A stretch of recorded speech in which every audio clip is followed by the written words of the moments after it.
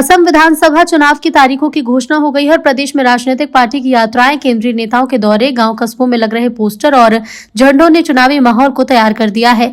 असम में केरल और पुडुचेरी के साथ एक चरण में 9 अप्रैल को मतदान होगा, जबकि वोट की गिनती 4 मई को। असम में विधानसभा की 126 सीटें हैं और इसका मौजूदा कार्यकाल 20 मई 2026 को खत्म होने वाला है।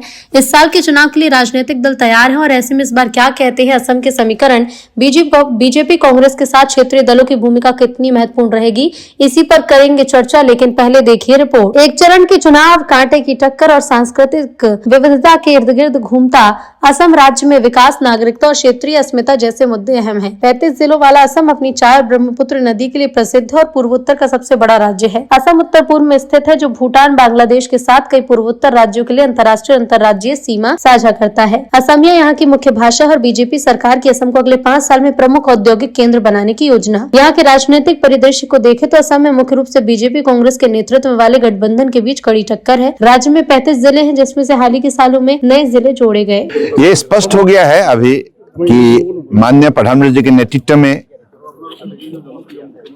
आज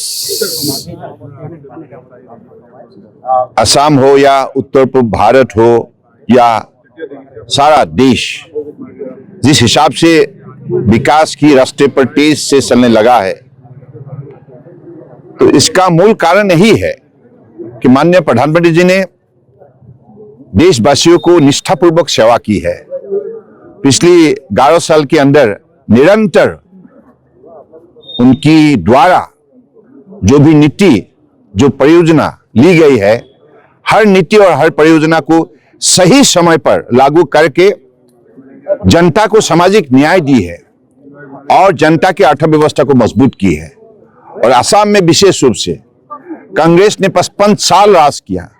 55 साल राज करने के बावजूद कभी भी असम को उन्होंने विकास के रास्ते पर आगे ले जाने में सफल नहीं हुई। इसके बदले घोटाला, दुर्नीति और असम में आतंकवादियों को उन्होंने जो मान्यता दी कांग्रेस ने, इसकी वजह से हमें पीछे रहना पड़ा, अशांति में लोग जीना पड़ा। तो उस अंधकार माहौल से अभी जो रोशनियों का माहौल पे अगर किसने लाया है तो वो व्यक्ति है